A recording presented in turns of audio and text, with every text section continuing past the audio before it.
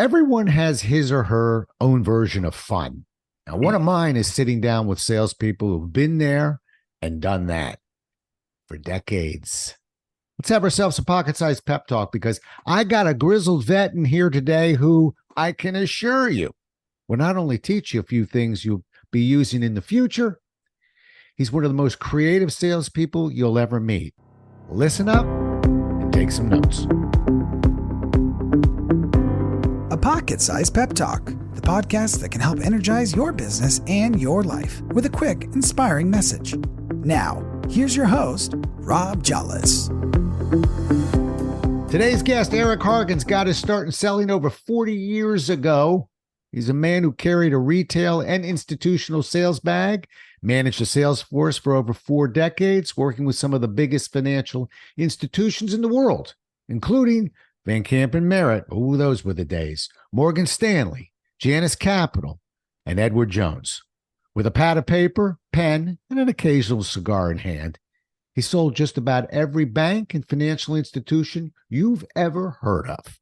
Nice to see you again, Eric, and welcome to the show. Hey, Rob. Thanks for having me on, man. You bet.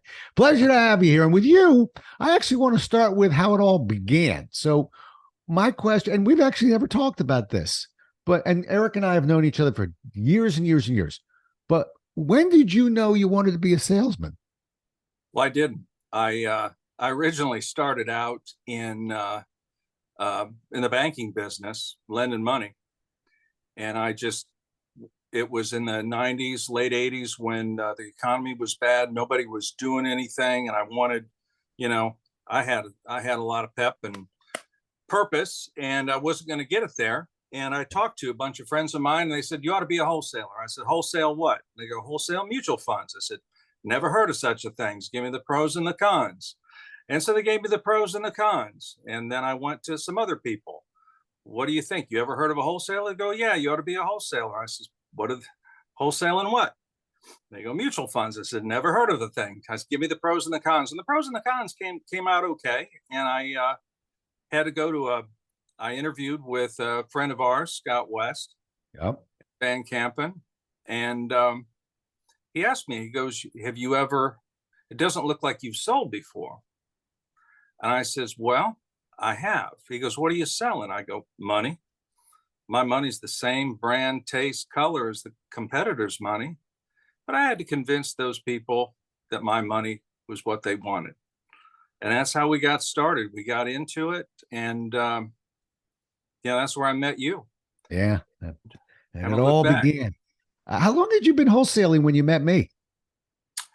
I started in 91 wholesaling. I spent the first 10 years of my career doing more the, number crunch and the analytical side. So you probably came back. I think it was 92. For about 92. So it would have been about a year. Yeah. About a year. Okay. And did they ever put you on the internal wholesaler desk, or did you just go straight out into the field? No, straight out in the field. Wow. That's kind of unusual, isn't it? Don't they normally sort of get their legs under them on the internal side and then move them out to the outside? Yeah, that's typically the deal. But I guess it was a moment of weakness on behalf of Scott. So I wasn't going to wisen up a chump. I took the opportunity and ran with it. So good. Well, we both know Scott West, and I will say one of the things you had going for you is Scott West is one of the most creative people you'll ever meet, and Eric Hargens is one of the most creative people you ever meet. So I would love to have even been in on that interview, because that must have gone off the rails a few times. That must have been interesting. Yeah, he tried to derail me a few times, and no, I wasn't going to have it. No. I've known you for 30-something years. I've never seen you derailed ever. So I think that's probably what caught Scott's eye. All right, let's keep going. We salespeople, I think one of the biggest challenges is they struggle to stay motivated. In other words, look, when we're on a hot streak, it's not hard to be motivated. But when you get knocked down a little bit and you got a kind of a negative streak going, it gets more challenging. So from your perspective, and I'm going to move into management in a second, but I like talking to you as a sales guy. How did you stay motivated through those ups and downs? Paycheck is a beautiful thing. I'm a devout capitalist, and that wins. But you know what? I played sports all my life, and you know that drive was just built in, and quitting is just not an option.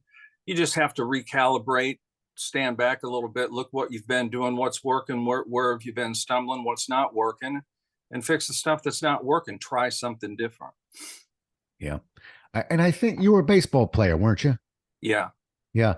So I would think actually of all the sports that might be the most advantageous to sales because you are going to lose 2/3 of the time, at the plate, and that's a good day.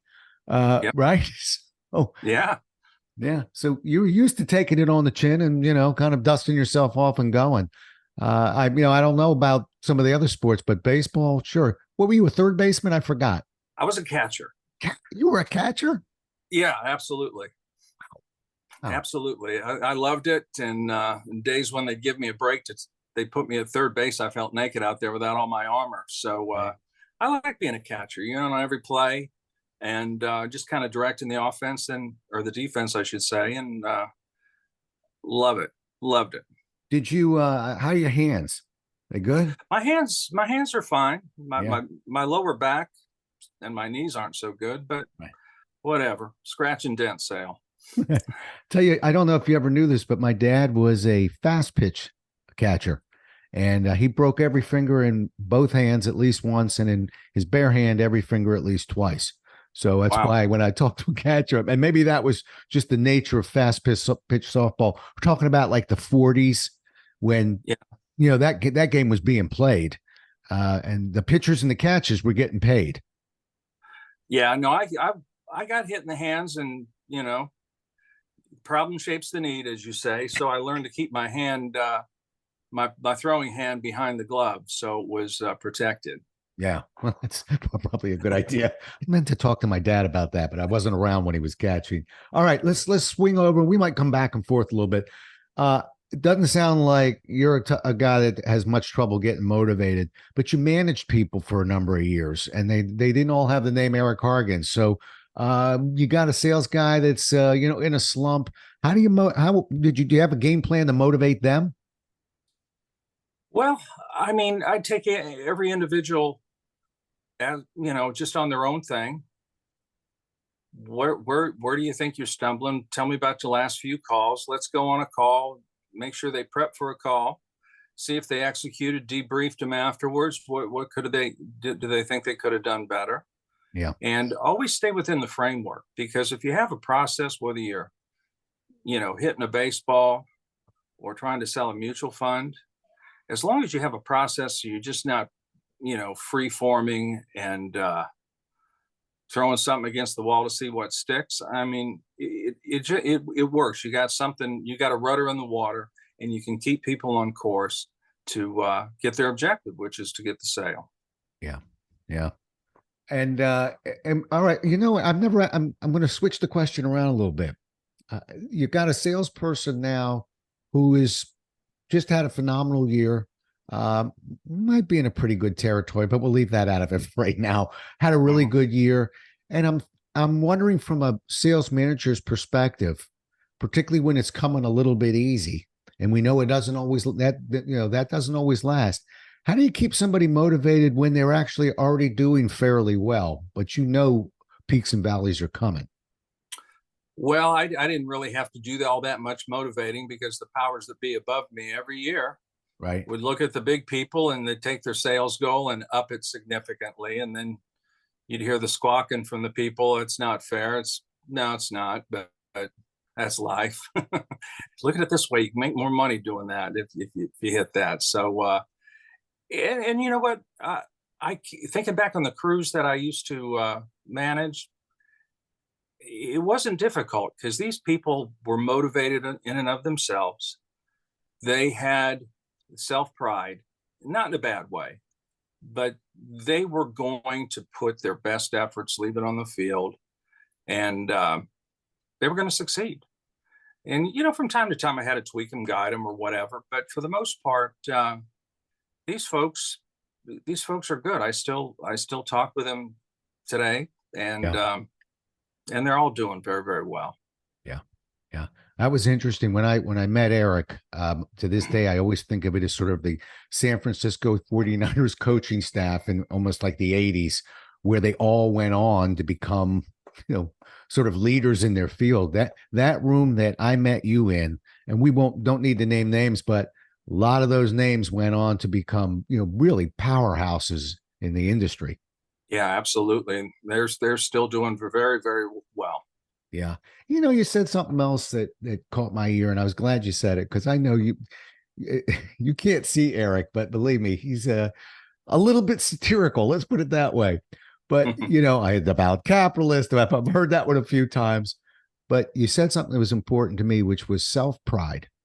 And I think we forget about that. And I'm like anybody else. If I'm hiring a salesperson, and I hired a few for Xerox, I want somebody that's looking to make money.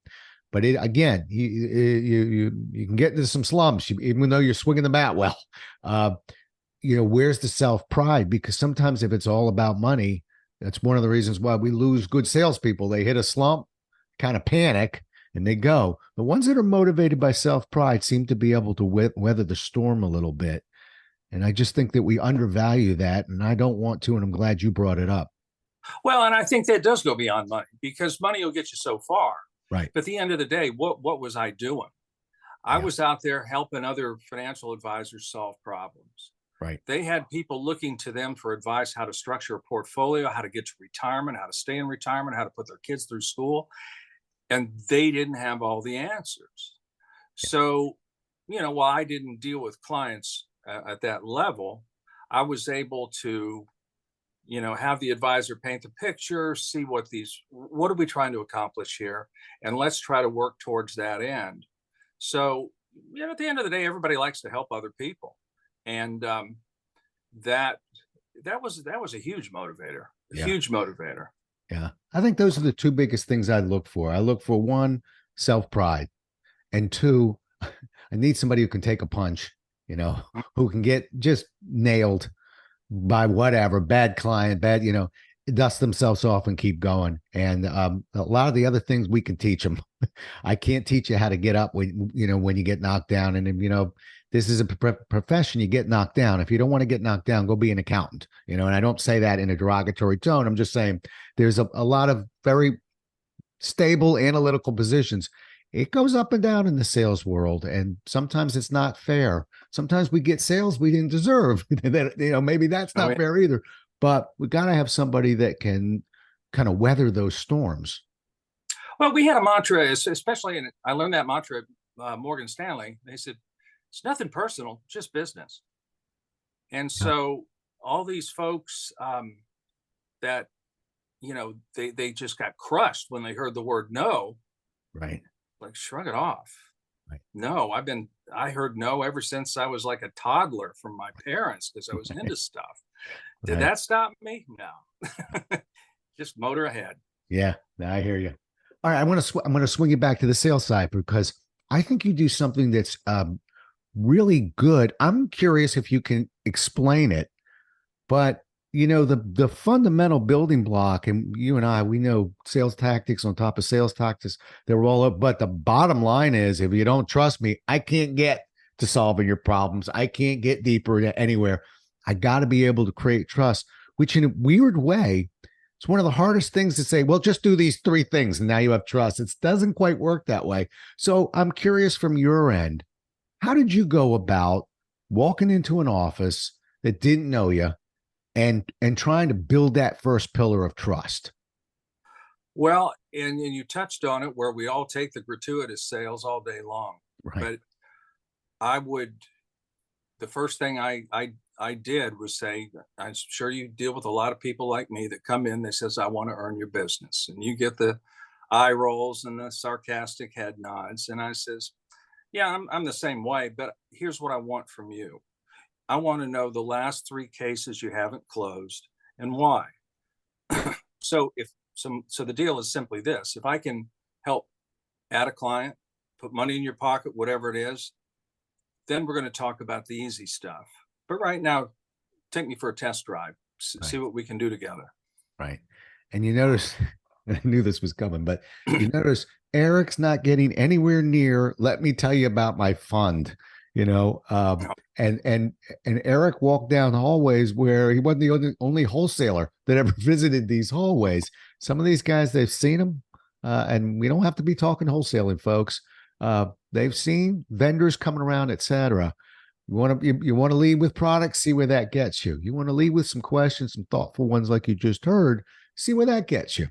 And it's not every cubicle, but when we go back to baseball, you know, you taught me this one, Eric, and I've used it ever since. Remember one time I watched you speak, you said, and you went into the difference between a 200 hitter and a 300 hitter. You know, you want to take us through that real fast? You remember that one?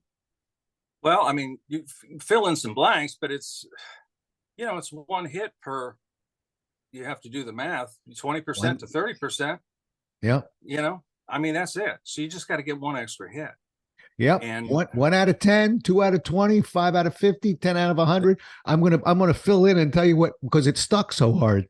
You capitalist, you said that the 200 hitter takes a bus to work every day and gets $16 a day for meal money. The 300 hitter takes a Learjet to work and is making millions for one more hit out of 10, but it's consistent and it's not luck. That 1 out of 10 is learning to hit the curveball, you know, not the fastball over the heart of the plate. That 1 out of 10 is could take longer to learn than the whole rest of that batting, you know, the batting lessons you took. But that's the difference, and that's what you taught me. well, I mean, it's true. It's true. We used to always talk about, you know, talk about your favorite player in the major leagues, and it would be somebody. Say it's Aaron Judge for the Yankees, and I'm, you know, he's a fine player. Okay, who's the right fielder for the Tampa Yankees, which is, you know, where I live. It happens to be their A-League ball. Nobody knows, and I pull up a picture of it. Right. It's like, here's the deal. He's 6'2", blah blah blah. I said, you know what? What's the job of the person in A ball? Hit the ball, run the bases, Right. field the ball, throw the ball. Anything else? No. How about Aaron Judge? It's the same thing. And yeah, Aaron Judge is making a ton. This other guy's, you know, trying to pinch meal money. Right. The Aaron Judge is there because he doesn't make mental mistakes. Doing the same job. He's consistent, as you said, and he's consistently excellent each and every time. So I said, okay, how many financial advisors are in this town, wherever we were? Oh, it's over brokered. There's so many of them. I said, okay. What is their job? Hit the ball, field the ball, you know, get new clients, help them hit their goals. All right. You and everybody else, yada, yada, yada. So how do you differentiate yourself? How are you getting those people in your community to prove that you're the best option out of anybody else that they have to potentially deal with? And I'd help them get there best I could. Yeah. Wasn't always successful, but I hit for high average. That's exactly right. Your average was good. That's what made him amazing. All right, I'm gonna throw one at you. You got a client? Because I keep getting this one. People expect a magic pill, so I promise I'm not looking for a magic pill. But the classic, I want to think about it. Okay, so you went in there, you did a good job, you got him to settle down and go. All right, I'll give you 10 minutes. You had a good 10 minutes. Maybe not as good as we wanted because we ended up with I want to think about it. But what's the Hargan's way? How do you handle that one? What are we trying to think about? Maybe I didn't do my job. Something's still bothering you. We talked about A, B, C, and D as being major concerns, and we talked about how, you know, A was going to be satisfied by this, B was going to be satisfied by that, and so on. So help me out. Maybe I can add something that I unintentionally forgot, and I made it my fault. Right. In other words, there's no reason to do it. Right. To sit around. What's going to change? Right. And you notice what he's doing also is fundamentally critical, which is he's not telling you why you should. He's clarifying. He's asking questions. He's like a tennis player. He's just batting the ball right back to the other court and go, here, that's some heavy lifting. Why don't you do some lifting? Go ahead and explain it to me. And don't forget, 1 out of 10 times he wins every time because 1 out of 10 is stalling anyhow. You'll clarify it and they'll go hamina. Never mind, because there wasn't even an objection there. But you got to clarify, and that's what Eric does. And I've actually been around when you do it. He doesn't just ask the question. You have the ability to, and I hope you don't take this the wrong way, to look confused. That's the question. Like, I don't understand what could be, and I know, you're sly as a fox. Believe me, Eric understands. Okay. But what you're visually seeing is I'm confused because I just showed you something that's going to help your business that solves the problem you told me you wanted to solve. I'm puzzled here. You talk. And I can't tell you how intelligent that is, but that may be logical, the conversation we're having. Don't think for a minute it's instinctive. Instinct says, I'll give you 5 reasons why you should. And that just shoves that client further and further, into that position they're on hold. So good job there. In addition to that too, by having the prospect sweat a little bit and explain themselves. In fact, I had one advisor tell me once, he goes, man, you're making me do all the work. I said, sure, practice, not mine. I move on. The rest of my day's filled. But this is your name's on this. And I need your input because I don't know the client. You know the client, and let's get this done. Right. That's great. Yeah, actually that confused Hargan's persona, almost like your version of Columbo. It is. Pardon me, ma'am. I mean, I've watched you. Only it is really interesting to watch. I can only imagine who that very tail end of your career when you decided to just go, and there's no one who loves selling more than Eric Hargans that I've ever met. Decided to just go finish it up with a pad of paper and a pen. And working for Edward Jones. But I have to believe, so you want to talk to a salesman who knows a few things about knocking on doors. You're listening to one that kind of helped me out. Just stick on your questions. Don't solve it with a solution. I'm guessing served you extremely well. Absolutely. I mean, there's just a lot of fear out there. It's fear of the unknown. Right. And people have these fears because they don't understand the problem or how to solve it. You and I have known each other for a long, long time. And you're never going to see me read an issue of PC World. True. I appreciate technology, but it just bores me, and I'm not going to do it. And for me, that would be my type of thing. Let me think about it, because I'd have to think, okay, so what's this person think about it? How am I getting ready to be taken? Or is this really what I'm looking for? How can I be sure that it's going to be? And these people, they're good at whatever they do, but the financial world was not their strong suit. And because of that, the interview is so important, because it not only gives you the rapport, but you get a really good insight to how these people are thinking. I like doing that. There oftentimes, you're talking about sales management, biggest mistake that I'd see over and over and over. These people want to, skim past the, how's the weather, all that kind of stuff, and get into the nuts and bolts. I took the conversation as a real privilege to hear somebody's story. Everybody's got a story. And I've heard a lot of stories. Some of the stories are just fascinating. Some of the stories, I'm thinking to myself, I'm sorry I asked. But you know what? It got them to talk, so I could at least understand where these folks are coming from. And then I could help guide them through some of the rough patches that they were a little stuck on, or confused about, or apprehensive about. And that served me well. I didn't spend much time. Once I got past that point, it was pretty academic. Yeah. But getting in their mind that I was somebody that they should trust their money with, or spend their time with or take counsel with, that's the big hump, Yeah. in my opinion. Yeah.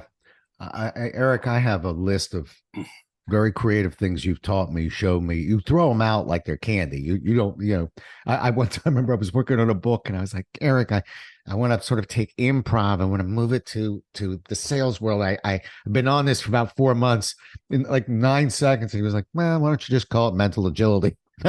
In the morning, I had a trademark on the term. And wrote a book on it. So you throw these things out. It's very funny, but I want you to know they do have an impact. And one other big piece, there's so many, but you blew right through it. I just want to slow it down.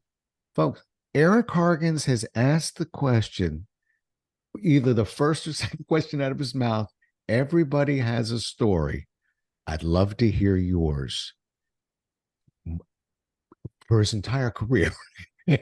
I know you pick your spot. It's not 100%. You got a dominant client. You might lay off that one, but that is, in a word, as a professional speaker and sales trainer, when I am going through warming up a client and somebody says, "Can you give me an example?" I go, "Yeah, I'll give you one."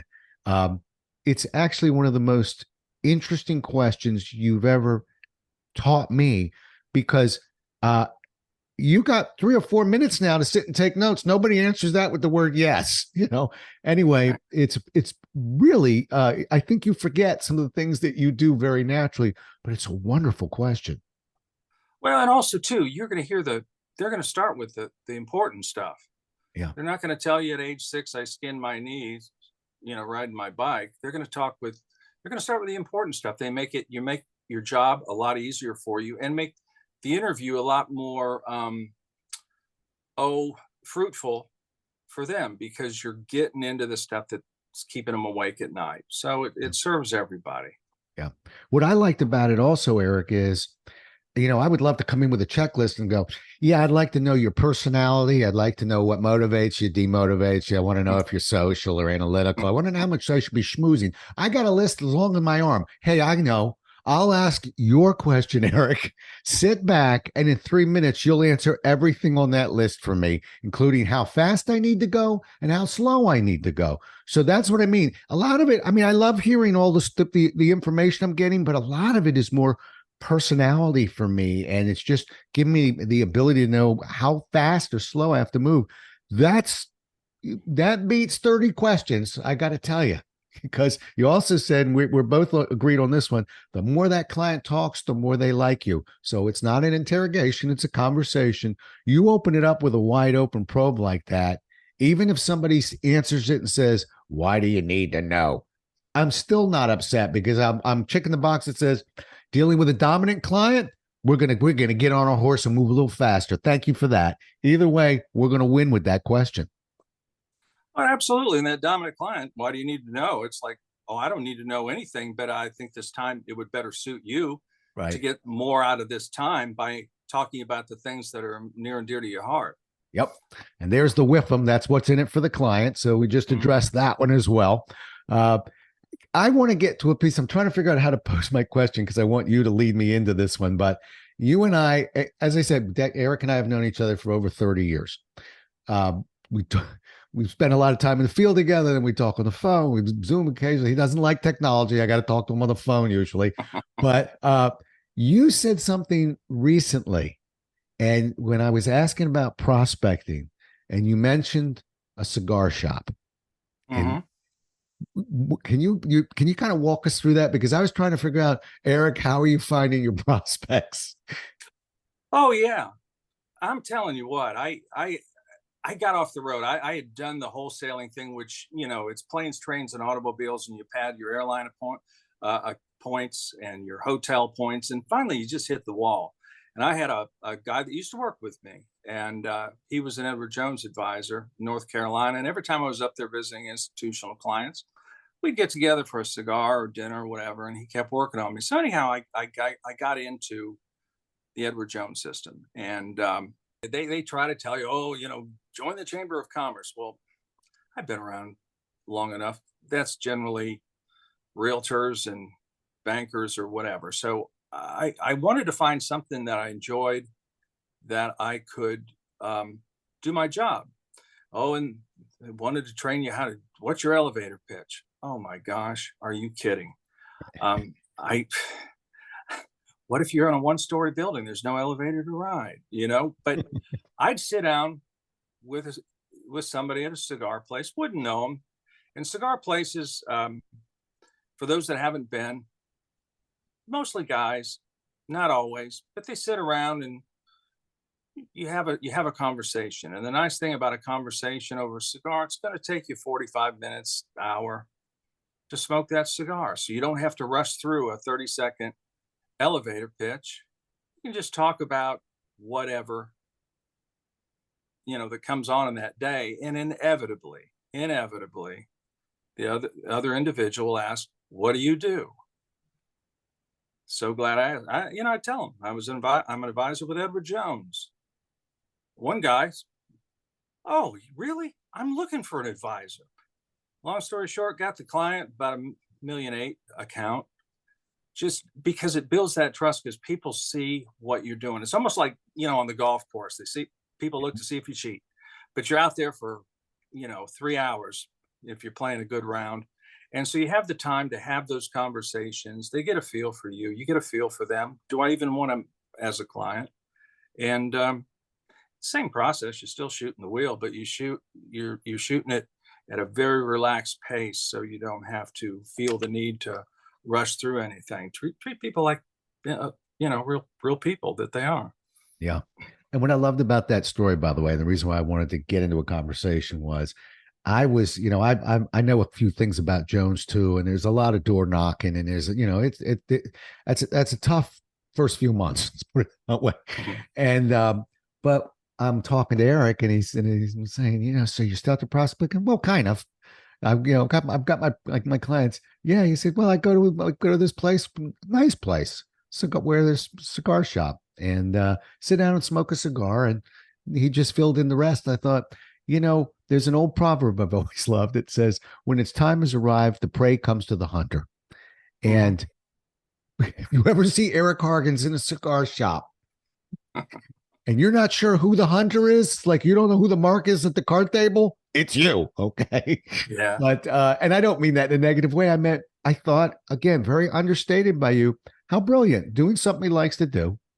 But in a situation where he's got clients, it's almost like being at a bar, but without a drink. When you think about it, people in a very social situation, a relaxed situation, ready to talk. There he is smoking his cigar. I think there's legs to that story, is what I'm saying. It may be blarticled. You better watch out. All right, I'm coming down the home stretch with you. Let's let me finish up with one or two questions. What would now? You're smoking your cigars. You kind of got your feet up. You're wrapping this thing up here. If you could go back and talk to a young Eric Hargens, and let's get him just coming into Van Campen, okay? What one or two things would you whisper in his ear? What would you tell him to look for? In terms of what? What's about to come as a salesperson? I'm, when I coach people and they say, talk to me about presenting or something, it's like, okay, I could tell you 400 things, but if I could only tell you two, these would be the two I'd keep an eye on.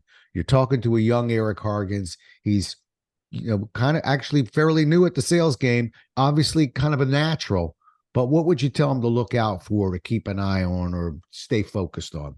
Well, there's always people looking to pick your pocket for free advice. That they'll take your solutions or your ideas and use them with another vendor. And you might feel really, really, really good about yourself. I really helped somebody, but you didn't get the sale, and your boss wonders why you didn't get the sale. And it's not that you're trying to extort any business out of anybody, because if you're doing it the right way, you don't have to extort it. People give you the business, but if and I had those conversations. I got taken a couple times, and I talked to them about, we come with this idea, you seem to like it, what happened?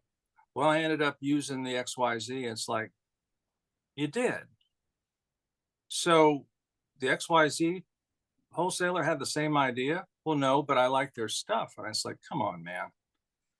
Come on. So how many people come and pick your idea and then cross the street and give their business elsewhere? We're either going to have a business relationship. Otherwise, I got other places I can go. It's real simple. Just like if I'm not ticking the boxes that you need to have ticked, you got other people to talk to. Let's talk about what I'm missing. What kind of boxes do I need to tick? I always try to make it my thing because nobody likes to be blamed or put in a corner because they'll shine you on. But what kind of boxes can I tick for you that I'm not? What do I need to do better so that we both have a flourishing partnership? Yeah, makes sense. Makes sense. And if you don't mind, I'm going to crowbar just 2 quick sales tactics into what you just heard. Okay. One, and I don't know if it's a tactic, but it's a reminder. Some of the easiest people to work with and the nicest conversations are with social clients. And they mean well, and they'll look in the eye and go, this has been wonderful. But we let our guard down and go, I'm having such a good conversation. We're such buddy pals. I don't really have to ask the tougher questions. I don't really need to sell this person because we're good friends at this point. And nobody's lying to you on the other end. That's a natural move for a social. I don't want to hurt his feelings. I want to be a nice guy. Seems like a nice guy. So we can't let our foot off the gas pedal just because we got a nice person that we're having a conversation with. And it's funny, the dominant clients, we throw them out there, they're not particularly as friendly. They're very easy. They're much easier to sell because they'll tell you, I like it, I don't like it. I'll do it, I won't do it. Socials don't want to hurt your feelings. So, and we figure I don't have to push too hard because he likes me. So one is don't fall asleep on the socials. They need to be sold, maybe harder than the average client. And the other one that I pulled from what you just said was, and I remember we have never had an argument about this, but boy, I have them with other salespeople. I don't walk in and go, hi, how you doing? And pre-commit, ask you for a commitment. We're going to create some trust. I'm going to learn about your business. I might ask a few questions you never heard before. We're going to get into that one problem you're trying to solve. And believe me, Eric's a master at this. We're going to go deeper than you've ever been on that particular area. But I'm not going to be afraid to ask if I can do this and prove to you I can do it better than anyone else. Will you commit to doing business with me, or will you, give me a realistic shot of working with you? In other words, it's a yes or no pre-commit question. It's people think, well, it's kind of an old school trial close. Yeah, it is. But for everyone listening, next time you spend a ton of time with a client who just loves you, and each day, each sales call is a party, and you not only don't get the business, you're never going to get the business. Maybe you want to revisit. If I do this for you, will you do this for me? And even if the answer is no, at least, as Eric said, we're not giving away quite so much. Then kill it here, right? Yeah, and actually, when I was managing, that's a very effective tool. When somebody says, "Oh, I had a great meeting," okay, why do you say that? And you just ask the question, "Where'd you leave it? What's the next step? What is the next step in their mind?" And that's when you get the slack jaw by the person that was just, trading warm and fuzzies and having a great day and going to get nothing out of it. So, but Eric, he likes me. Okay. He's been liking you for 4 years. Yeah, I used to tell those guys, you want a friend, go buy a puppy. I mean, seriously. I've heard that. And there's many more of those, by the way. Listen, Eric, I can't thank you enough for coming in, having a conversation. It's been absolutely great. We have so you all know, we need to talk more often, but at least once or twice a year, we have these conversations. We just don't put a microphone in front of the two of us, but we talk sales, and we've been talking sales back and forth for a long, long time. And I'm just grateful that I got to share this information with a bigger audience for you, because you are truly a wizard at what you do. Very understated. I know you're rolling your eyes, but believe me, my man, you're a tremendous salesman with just phenomenal knowledge and a world of success. And I couldn't be more grateful for you being on and for your friendship. Thank you. No, thank you. I learned it from you, man. I didn't have a process before. I just took the process and applied it to my day. That's it. Yeah, I will say there's some people that you got to really push hard. Eric Harkins leaned back, went, Okay.